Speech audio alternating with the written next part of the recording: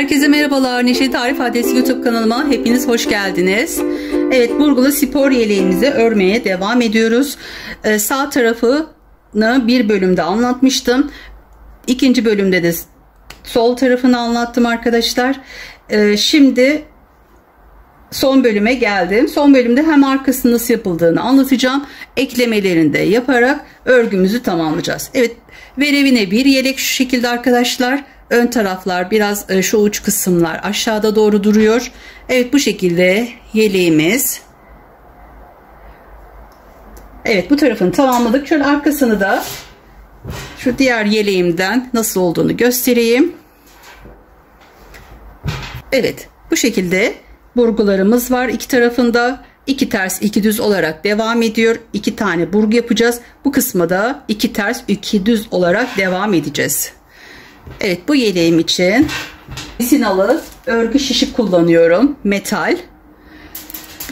Arka örerken arkadaşlar ağırlık olabiliyor. Ama bu şişle yapmanızı tavsiye ederim. Büyük bir kolaylık oluyor. Evet, şöyle ipimi yine ortasından çıkarttım. Şöyle birazcık ipimden ayırdım. Tahmini olarak yapıyorum.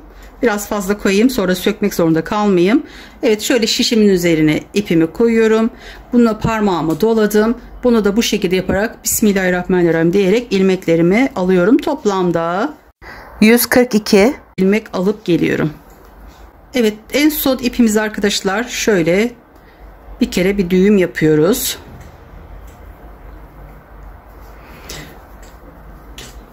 Buradan şu an ters yerindeyiz. Tersten örneğimizi kuracağız. Birincide ilk ilmeği de örüyordum. Evet, sonra 20 tanesini haroşa yapıyoruz. Evet, 20 tanesini bu şekilde ters olarak düşecek bu kısma yön düşmesi için bu şekilde yapıyoruz.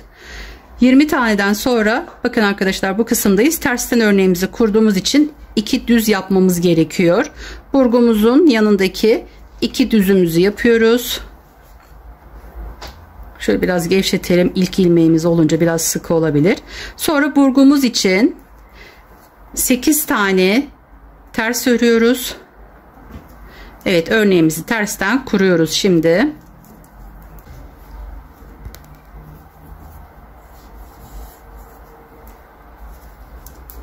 Evet, 8 tane burgumuz için tersi yaptım. Şimdi burgumuzun yanındaki 2 tane düzü yapıyorum.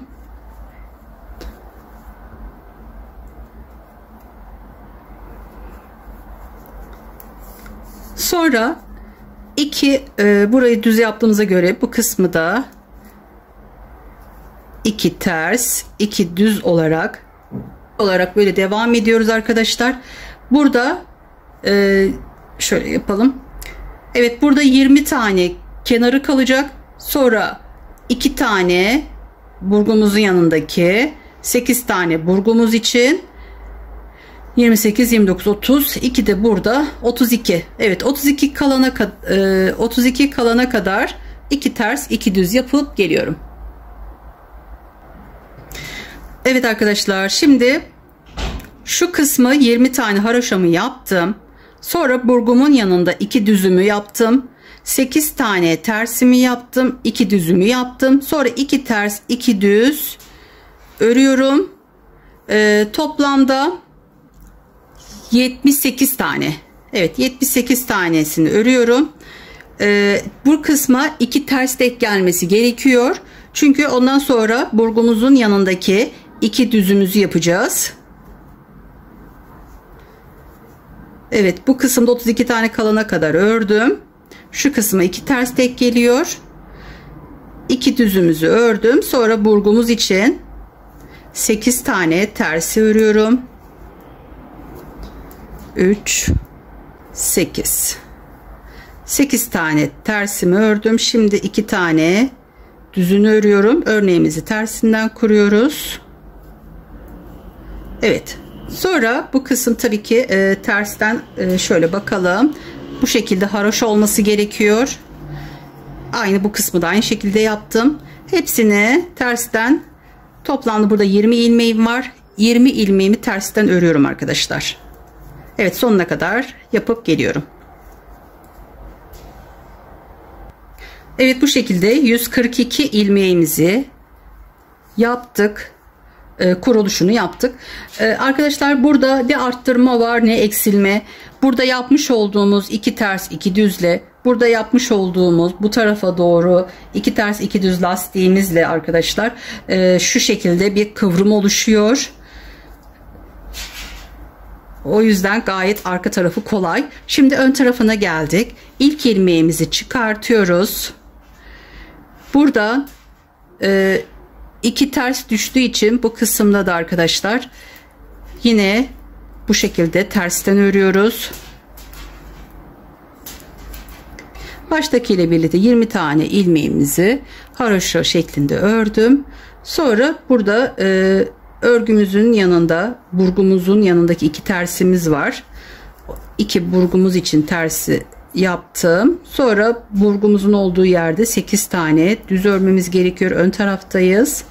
2 3 4 5 6 7 8. Sonra burgumuzun yanındaki 2 tersimizi örüyorum. Evet. Sonra 2 düz, 2 ters, 2 düz, 2 ters şeklinde bu kısımları örüyorum şuraya kadar. Burgumun yanındaki 2 terse kadar örüp geliyorum. Evet, burgumun yanındaki 2 tersimi de yaptım. Burgumun için düzleri örüyorum. 8 tane. 8 tane düz ördüm. Burgumun yanındaki 2 tersi örüyorum. Başta yaptığımız gibi bu kısmı da haroşa olarak ters olarak örüyorum. Evet, şöyle sona kadar geldim. Bu kısmı döndüm. Buradan da düz düşmesi için şöyle ilk ilmeğimi çıkartıyorum. Sonra 20 ilmeğimi düz örüyorum. Evet, söylemiş olduğum gibi arkadaşlar, buraya 2 düz 2 ters şeklinde yapalım. Yani arka gayet çok kolay. Evet, bu şekilde 20 tane ilmeğimizi düz örüyorum. Burgumun yanındaki 2 düzüm yapıyorum. Burgum için 8 tane tersimi, sonra burgumun yanındaki bu taraftaki düzü yapıyorum. 2 düz 2 ters şeklinde buraya kadar gelip bu kısmı da aynı şekilde yapıyorum. Birazcık şöyle öreyim. Yapılan işlemler bu şekilde. Aynı buradaki gibi arkadaşlar. Burada yukarı doğru 2 ters 2 düz şeklinde. Buna dikkat ediyoruz. Burgumuz şu kısımdan sayıyorum. 11 olunca burgumuzu yapıyoruz. Ön taraftan yanındaki sağında ve solundaki 2 tersimize dikkat edelim. Diğer taraftan da 2 düz olacak. Şu kısımla karışmasın. Şu kısımları, oymalara dikkat edelim. Sonra 2 düz 2 ters şeklinde burayı örüyoruz. Buradaki yapılan işlemleri aynı şekilde yapıyoruz. Buradan büzüldüğü için, buradan da serbest şekilde kaldığından şu şekilde bir arkamız oluyor arkadaşlar. Şöyle birkaç sıra gideyim, size göstereceğim. Evet arkadaşlar, şöyle şu kısmı sayıyorum. Burgumuzu koyacağımız yer ön tarafta.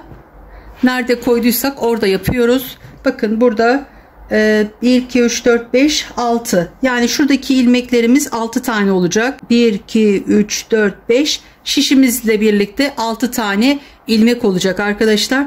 Burada burgumuzu, ilk burgumuzu yapıyoruz. Önde nasıl, nerede başladıysanız oradan yapın. Buradan bu şekilde geldim. 2 tane tersimi de yaptıktan sonra burgum için 8 taneye çıkartıyorum. 8 tane ilmeğimi çıkartıyorum. Buradaki 4 ilmeğimi şişime takıyorum. Diğer şuradaki 4 ilmeğimi de, arkadaki kalan 4 ilmeğimi de diğer şişime takıyorum. Sonra bunları şu şekilde çapraz tutup buradaki ilmeklerimizi şişimize takıyoruz. Sonra bunları tek tek örüyoruz. 8 tane ilmeğimizi örüyoruz. Sonra her 11. sırada ben yaptım. 9. sırada yapsanız da olur. Artık nasıl isterseniz o şekilde burgularınızı koymayı yapmayı unutmayalım. Evet, 8 ilmeğimizi yaptıktan sonra kenarındaki 2 tersimizi de yapıyoruz. Aynı işlemi diğer tarafa da uygulayacağız. Evet, bu şekilde burgumuzu yaptık. Sonra 2 tersimizi de yaptık. Sonra 2 ters 2 düz şeklinde bu kısma da gelince yapıyoruz arkadaşlar. Evet, yeleğimizin arkası bu şekilde oluşuyor. Bu kısmı yaptıktan sonra şuradan başlıyoruz. 11. sırada da diğer burgularımızı yapıyoruz. Şurada yapmış olduğumuz sayı kadar yapıyoruz arkadaşlar. 32 yapmıştık. 33'ü de tamamladık. Evet, yeleğimizi koltuk altına kadar yapıp geliyoruz. Evet arkadaşlar, ben arkayı koltuk altına kadar ördüm. Evet, en son şurada burgumuzu yapmıştık. 6. sıradan sonra burgumuzu yapmaya başladık. Şurayı sayıyoruz arkadaşlar. Şu 2 ters olarak sayıyoruz. 2, 4, 6, 8 şeklinde saydım. Tam şu düz olan yer 33. sıramız oluyor. Bir sıra düz olan yerden gidiyorum. Bu arkadaşlar, bir sıra daha yaptık mı burası bitecek. Artık burada kesmelerimizi yapacağız. Burası 33. sıra ve koltuk altını yapacağız. Birinci sıramızı sonuna kadar gittik. Şimdi buradan geri dönüyoruz. Şu şekilde yeleğimden de göstereyim.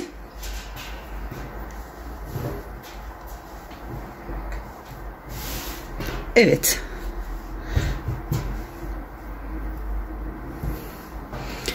Evet. Bir sıramızı yaptık. İkinci sıramızla bu şekilde yapıp bitireceğiz arkadaşlar. Hem şöyle şişlerimde ses yapmasın. O yüzden hem örneğim de şöyle altta, yeleğim de altta kalsın. Evet. Bu kısımda artık kesmemizi yapmamız gerekiyor. Hem buraya ters düşer hem de kesmiş oluruz. Şu an tersteyiz. Evet.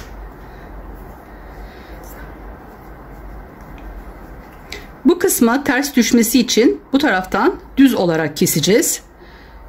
İpimizi diğer tarafa alıyoruz arkadaşlar. Bu tarafa aldım. Buradan bir ve yanındaki ilmeğimi alıp diğer tarafa doğru geçiriyorum ve buradan arasından geçirip kesmemi yapıyorum.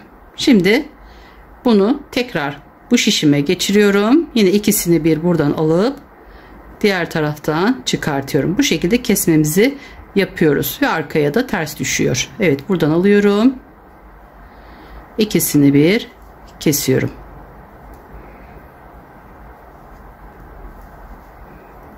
Buradan aldım. İkisini bir diğer taraftan kesiyorum.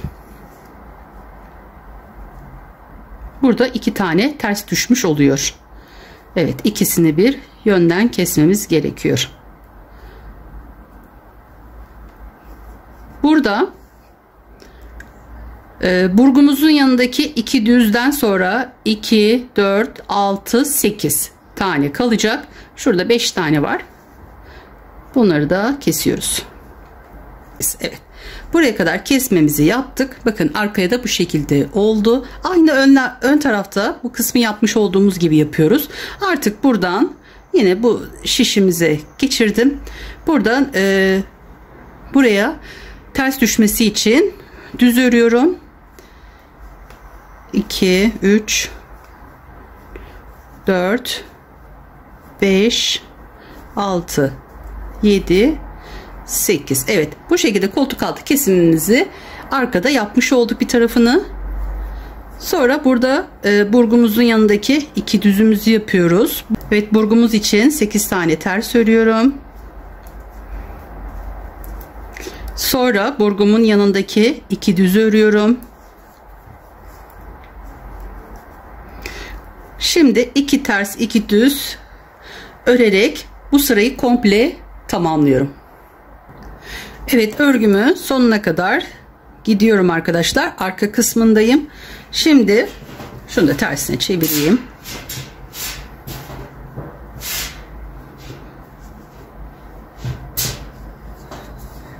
Bakın arkadaşlar, iki tarafta aynı oluyor. Bu tarafında sonuna kadar gitmemiz gerekiyor. Sonuna kadar gittim. Şimdi ön tarafına çevirdim. Evet, ipimizi koparmadan yapıyoruz bu şekilde. Evet, şimdi buradan ilk ilmeğimi aldım. İkinci ilmeğimi de şu şekilde ikisini bir çıkarttım. Tekrar taktım. İkisini bir yine çıkartıp bu şekilde kesimimizi yapıyoruz. Evet, toplamda burgunun yanındaki iki, bu arka tarafı olduğu için 2 ters oluyor. Ondan sonra 8 tane kalana kadar bu işlemi yapıyoruz. 8 tane oldu. Yani şu şekilde burayı da kestik arkadaşlar. Şimdi buradan artık bunu çıkartıyorum. Düz şekilde devam ediyorum. Çünkü burası 2 ters olduğu için burayı düz yapmamız gerekiyor. Evet, 8 tane düz örüyorum. 2, 4, 6, 8. Sonra burgumun yanındaki 2 ters örüyorum. Burgumu aynı şekilde 8 tane düz örüyorum.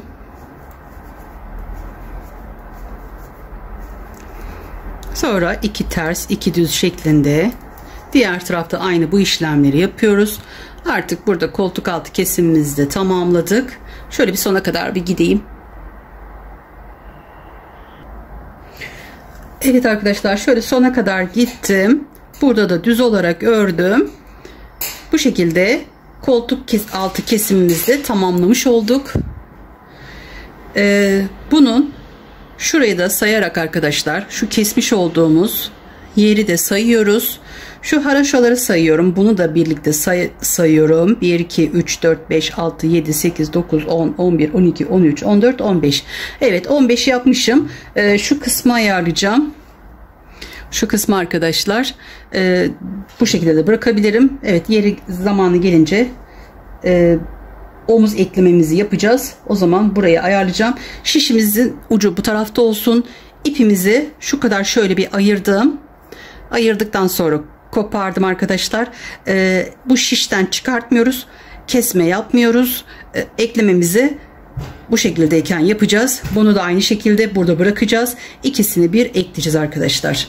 Evet. Şimdi bunu bu şekilde, şunlar bu öndekiler gibi ne kadar yaptıysanız o sayıda omuzlara kadar yapıp geliyorum. Evet arkadaşlar, velevine yeleğimi ördüm. Bu şekilde arka kısmı, şu koltuk altından şu kısımları sayıyorum. Tam 15 tane olacak.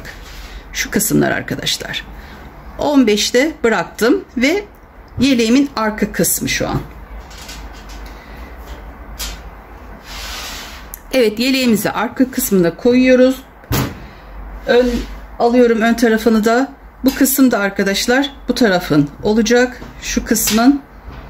Evet, diğer parçamız. Bu da bu kısmın olacak. Evet, önce bu tarafı yapacağız. Şimdi dikişsiz bir şekilde omuz birleştirmemizi yapacağız.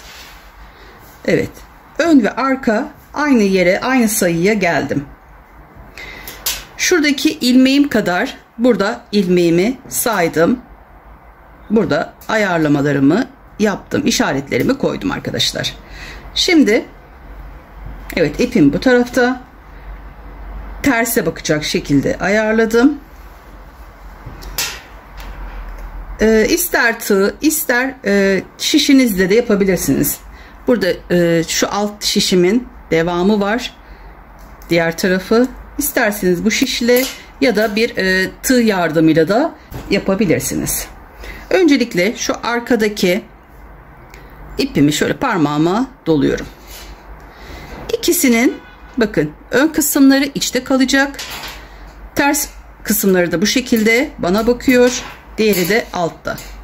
Evet, bu şekilde ayarlıyoruz. Parmağımızı, ipimizi doluyoruz.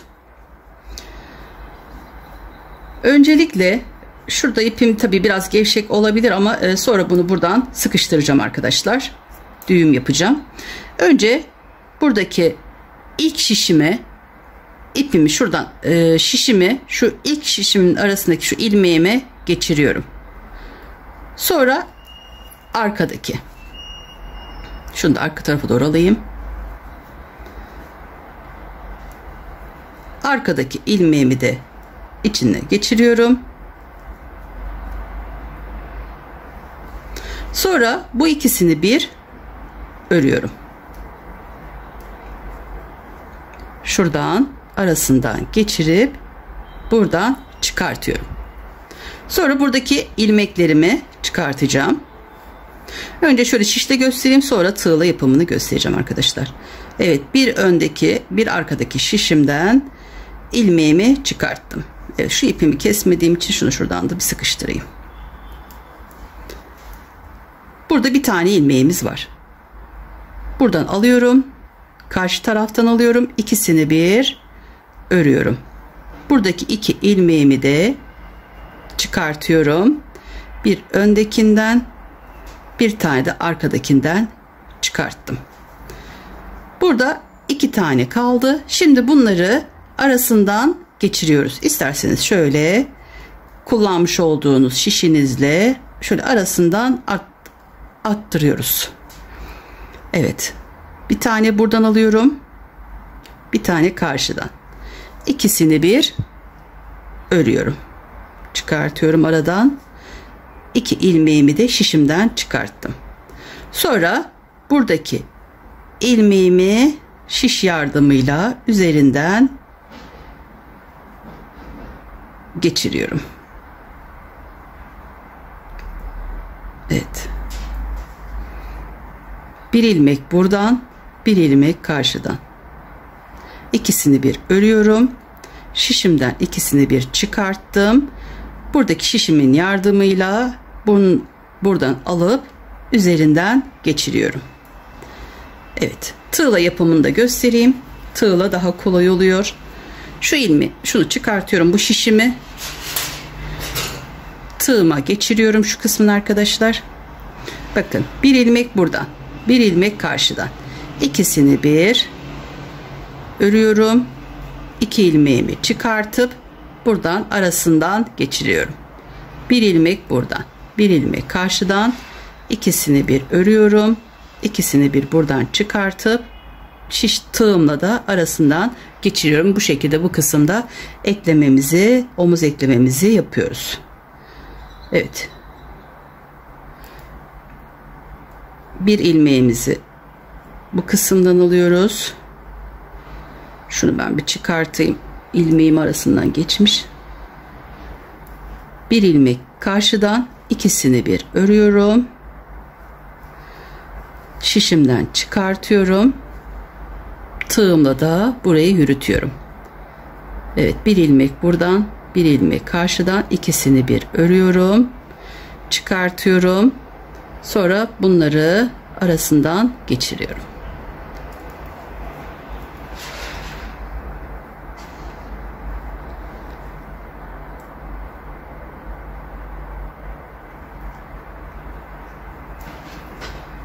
Bir ilmek buradan, bir ilmek karşıdan, ikisini bir örüyorum. Şişimden iki ilmeğimi çıkartıp bunları da arasından geçirdim. Şimdi buradan, diğer taraftan ikisini bir çıkartıyorum. Bunu da bunun arasından geçirdim.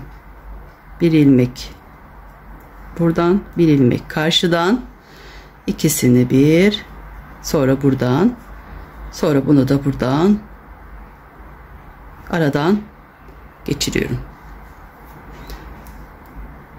Evet, bu şekilde dikişsiz bir şekilde omuz eklememizi yapacağız. Bir ilmek buradan, bir ilmek karşıdan alıp ikisini bir çıkartıyoruz. Evet, tığınız varsa tığınızla ya da şişinizle, nasıl kolayınıza gelirse o şekilde omuz eklemesini yapabilirsiniz. Evet, bu şekilde şuraya kadar 44 ilmeğimi yapmış oluyorum. Evet, sonuna kadar devam ettim arkadaşlar. En son ilmeğimde, şişim yani tığımda kalıyor şu şekilde. Bunu da şuradaki şişime geçirip çıkarttım. Evet, şöyle bakalım. Evet, bakın arkadaşlar, aynı sırada omuz eklememizi bu şekilde yaptık. Gayet güzel oldu. Bakın şöyle arası ve ince oluyor bu şekilde yaptığımız zaman. Şurada çok bir tokluk olmuyor arkadaşlar. Bu taraftan da tersten de bu şekilde. Evet, bu kısmı yaptık arkadaşlar. Şimdi buradan örmeye devam ediyoruz. Ense kısmını yapacağız. Ense kısmına da artık şişimizde devam ediyoruz.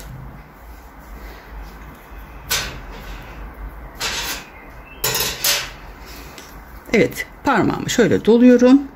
Şuradaki ilmeğimi bu tarafa geçiriyorum. Şimdi bu kısımda da arkadaşlar ense kısmını keseceğiz. Bunu normal bir şekilde kesiyoruz. Bunu buraya aktarıyorum. İkisini bir alıyorum. Şu ikisini bir alıp buradan çıkartıyorum. Tekrar bunu buraya takıyorum. Buradan çıkartıyorum. Tekrar arasından geçiriyoruz. Normalde kesmelerimizi de bu şekilde yapıyoruz. Evet, çok fazla gevşek tutmayalım, açılma yapmasın, çok da sıkmayalım arkadaşlar. Bu sefer ense kısmımız dar olmasın. Orta ayarda yapalım. Bakın, bu kısım bu şekilde, şu kısımda şöyle V şeklinde oluyor. İkisini bir işaretlemiş olduğum yere kadar kesiyorum.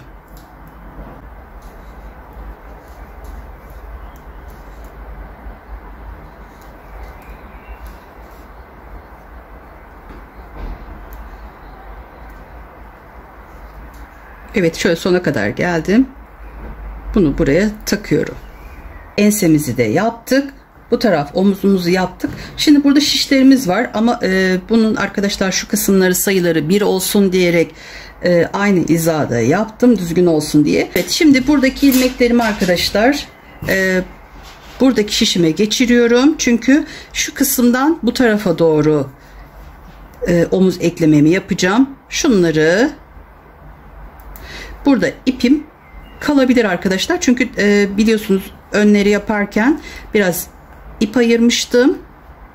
Sonra orada toplayacağım. Evet. Şimdi buradaki ilmeklerimi buraya geçiriyorum.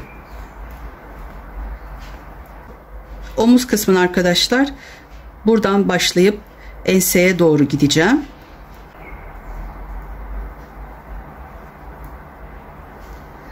Evet, ilmeklerimi şişime bu şekilde tersten geçirdim. Bu burada kalacak. Sonra bunu buradan koparacağım arkadaşlar. Evet, şimdi diğer tarafını alıyoruz.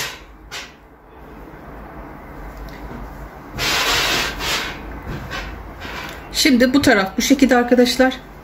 Bunu da ona göre ayarlamıştım. Biraz şöyle ipimi ayırmıştım. Buradan eklememi yapacağım. Bu şekilde. Şimdi bunu tersten şöyle çeviriyorum. Bu tarafa doğru. Şu ipimi de bu tarafa alıyorum. Evet, şöyle çevirelim. Aynı diğer tarafta yapmış olduğumuz gibi eklememizi yapacağız. Buraya ayırmış olduğum ipimle şuraya kadar ekleyeceğim arkadaşlar. Evet, tığımı alıyorum. Bir ilmek buradan. Dur, şunu yönünü ters çevireyim. Bir ilmek buradan alıyorum. Bir ilmek de diyeyim. Evet. Bu ikisini bir. Şurada ikisini bir aradan geçiriyorum. Bu iki tane ilmeğimi çıkartıyorum. Bu bir tanesi duruyor. Şimdi ikinciyi yapıyorum. Şöyle biraz gevşeteyim. Bir tane buradan alıyorum. Bir tane karşıdan. İkisini bir çıkartıyorum. Buradan şişimden. Sonra burada iki tane olunca arkadaşlar arasından bir tane ilmeğimi geçiriyorum. Sonra şişimdeki ilmeklerimin ikisini bir örüyorum. Buradan geçiriyorum. Bir buradan, bir diğer taraftan. İkisini bir. Sonra buradan bir tanesini örüyorum. Bir tane buradan, bir tane karşıdan. İkisini bir ördüm. Buradan çıkartıp bunun arasından geçirdim. Bu şekilde arkadaşlar şuraya kadar hepsini yapıyorum. Evet, şu en son da göstereyim arkadaşlar. Şuradan bir tane alıyoruz. Bir tane karşıdan. İkisini bir örüyoruz.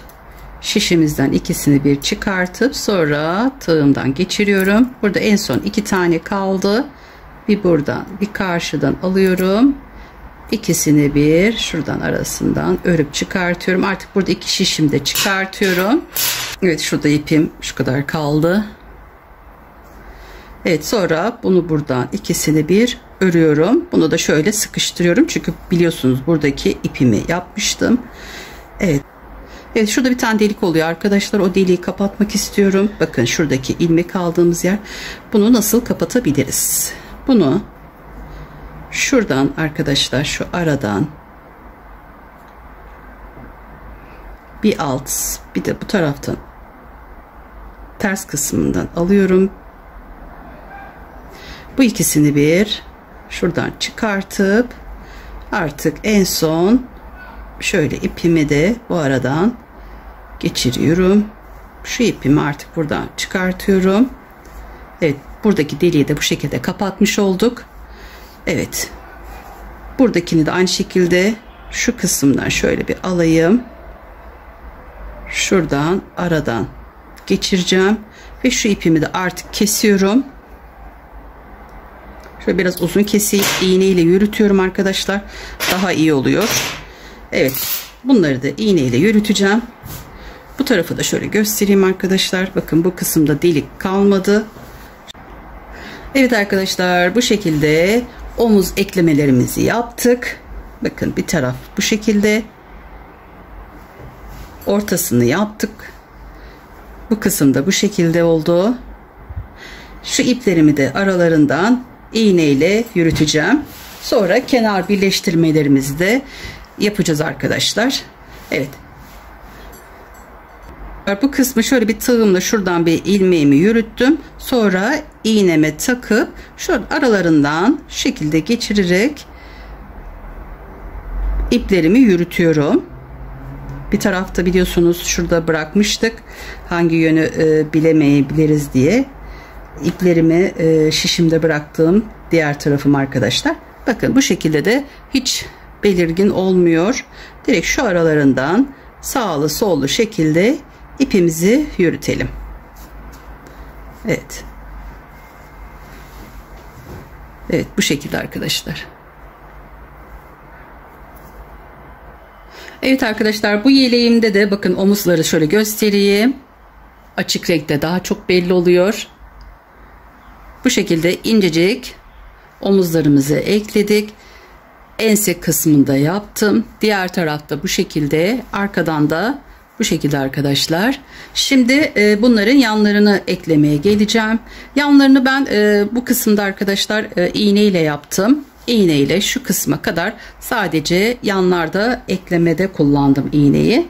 Evet, birebir 0'a 0 olarak iğne ile yaptım. Şimdi diğer yeleğimizi de yapalım. Sonra da şu süslememizi yapıp yeleğimizi tamamlayalım hayırlısıyla.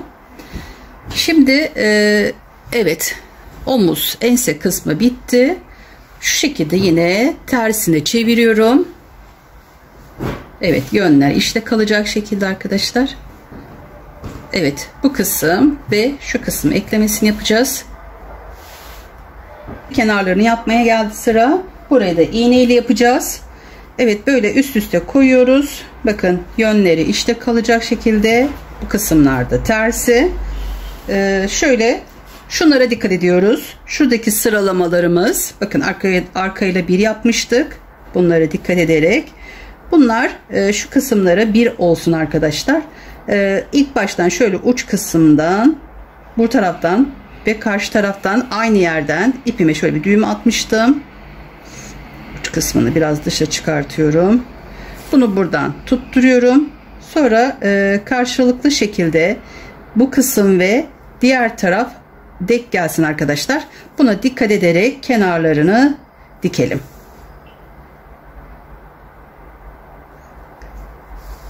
Evet, şöyle sıramızı karşılıklı, burası tersse, burası da aynı şekilde.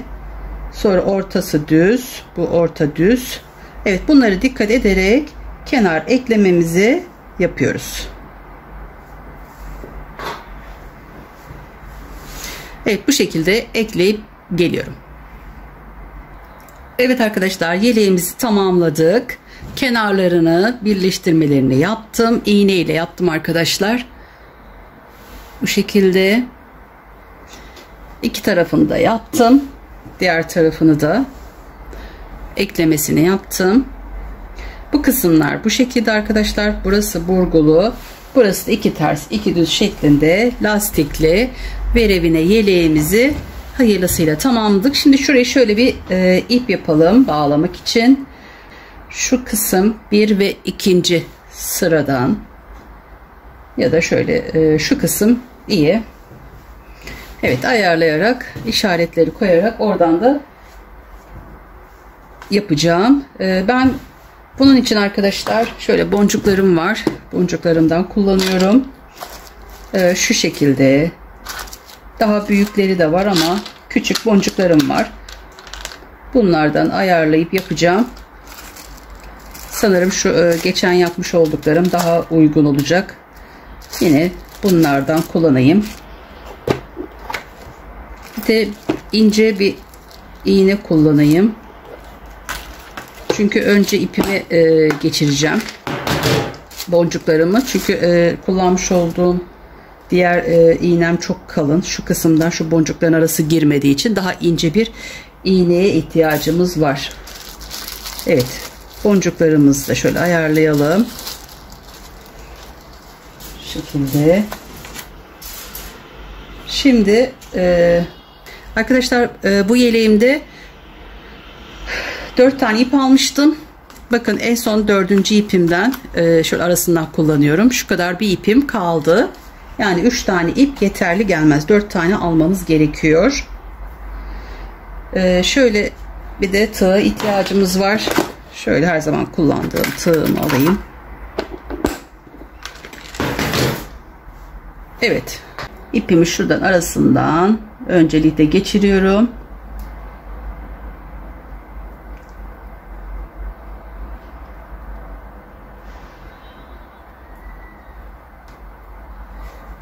Evet, burada boncuklarım var.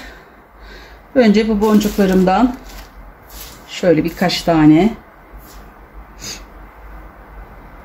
şuradan ipimi geçiriyorum arkadaşlar. Fazla olabilir, kalan kalır. Şöyle renk uyumuna dikkat ederek yapıyorum.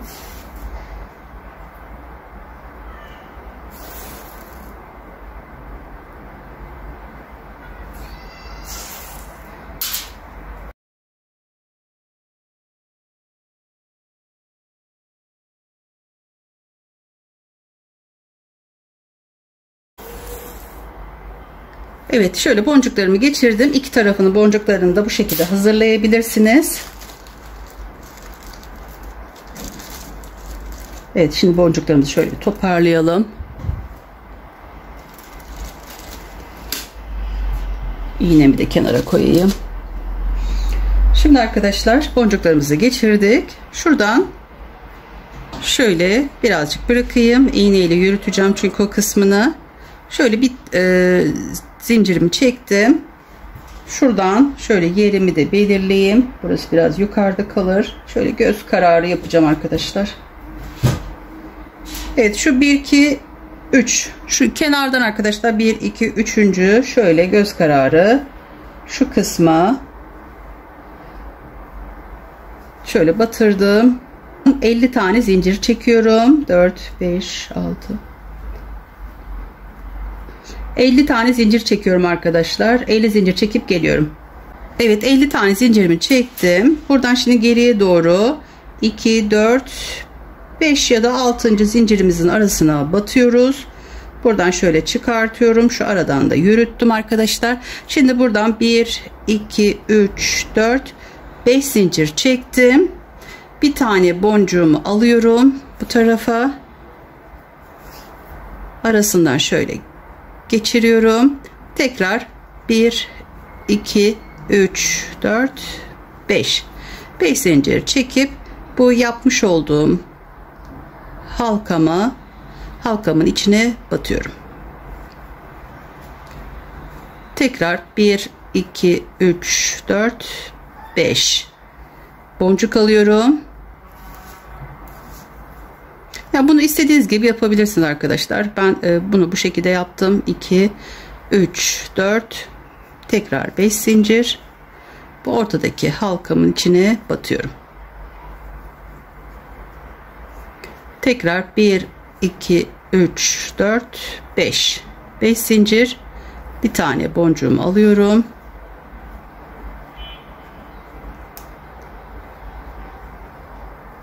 Sonra tekrar 5 zincir.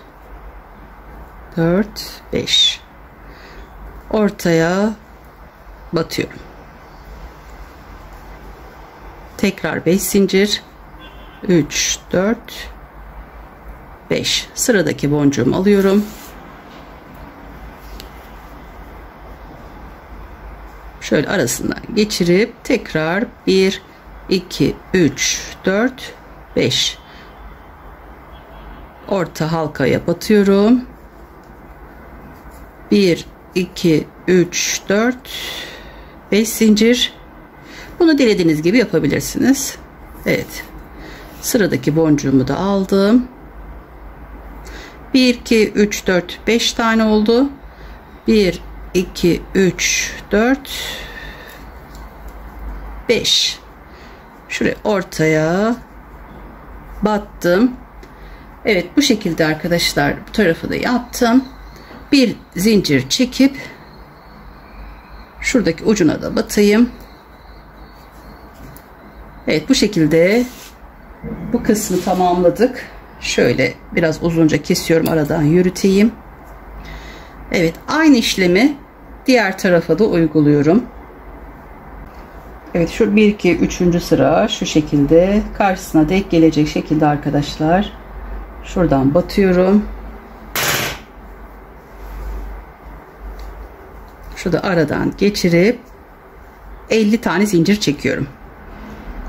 50 tane zincirimi çektim. Tersten şöyle 5. ya da 6. zincirimiz arasına batıyoruz. İkisini de şöyle kaydırma yöntemiyle yaptıktan sonra 2, 3, 4, 5 zincir çekip boncuğumuzu alıyoruz. Buraya ekliyoruz. Aynı diğer tarafta yapmış olduğumuz işlemleri de burada yapıyoruz arkadaşlar. 3, 4, 5. Evet, bu şekilde bu tarafı da tamamlayıp iplerimi temizleyip geliyorum. Yeleğimizi tamamladım. Bakın şu şekilde oldu. Çok güzel. Evet, şöyle de bir düğüm yaptım. Bu şekilde harika oldu yeleğimiz. Şöyle göstereyim. Omuz kısımlarımız, ense, koltuk altı, yakamız bu şekilde arkadaşlar. Vurgulu. Şu kısımdaki bakın şöyle genişliyor. Genişleyen bir modelle verevini, spor yeleğimizi hayırlısıyla tamamladık. Size bu ön tarafı arkadaşlar. Şöyle arka tarafını da göstereyim. Evet. Evet, bu şekilde de arkası. Şu şekilde gösteriyorum arka kısmını da arkadaşlar. Evet, bu şekilde yeleğimizi tamamladık. Çok güzel, muntazam oldu. Şöyle de yandan bakın katladığım zaman göstereyim arkadaşlar. Bu şekilde şu kısım. Böyle. Yani arkadaşlar ayrıntılı bir şekilde anlattım. Örgü bilen herkesin yapabileceği bir model. Evet. Şöyle genişleyen bir model arkadaşlar, ama şöyle düz bir şekildeyken size ölçülerini de vereyim. Bu kısım 42 ama şöyle bakın şu kısımlar falan şöyle genişliyor.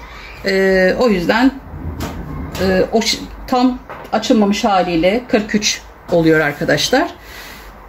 Şu şeye kadar, verevine olan yere kadar şöyle ölçeyim. Şuradan ucundan 65.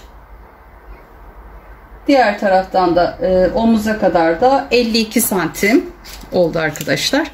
Gayet hoş, çok güzel oldu. Evet. Sizler nasıl buldunuz arkadaşlar? Güzel yorumlarınız ve beğenilerinizle bana destek olabilirsiniz. Sevdiğiniz arkadaş ve akrabalarınızla yapmış olduğum bu modellerimi de paylaşabilirsiniz. Evet. Sayfama abone olmayı, bildirim zilini açmayı unutmayın. Oynatma listesi örgü bölümünden bütün örgülerime oradan da ulaşabilirsiniz. Beni izlediğiniz için hepinize çok teşekkür ediyorum. Kendinize iyi bakın. Allah'a emanet olun. Hoşça kalın.